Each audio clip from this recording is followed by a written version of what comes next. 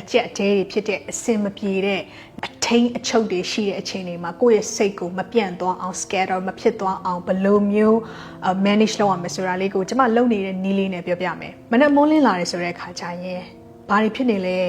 ရွှေဈေးဒေါ်လာဈေးနိုင်ငံရေးဘာတွေဖြစ်နေလဲမိုးလင်းတာနဲ့ဖုန်းကိုလုံးဝမကြည့်မိစေပါနဲ့။မနေ့မိုးလင်းပြီဆိုတဲ့အခါကျရင်ဘလောက်ပဲခန္ဓာကိုယ်ကြီးကလေးနေပါစေ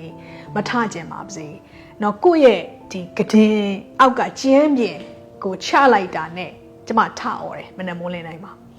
Today is going to be great. Today is going to be great. Today is going to be great. အဲ့ဒီစကားလုံးနဲ့ကျမထားတယ်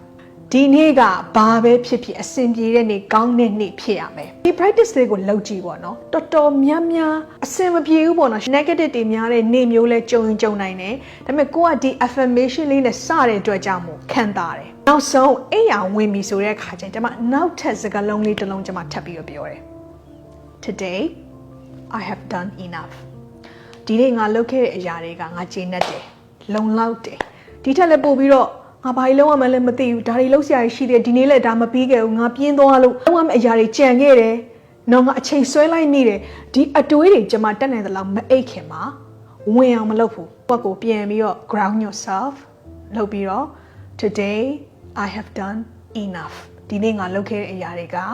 ပြည့်စုံတယ်လုံလောက်တယ်ဘာမှစောတကတက်စရာမရှိဘူးနော်အဲ့ဒီ practice လေးနဲ့စကြည့်ပါ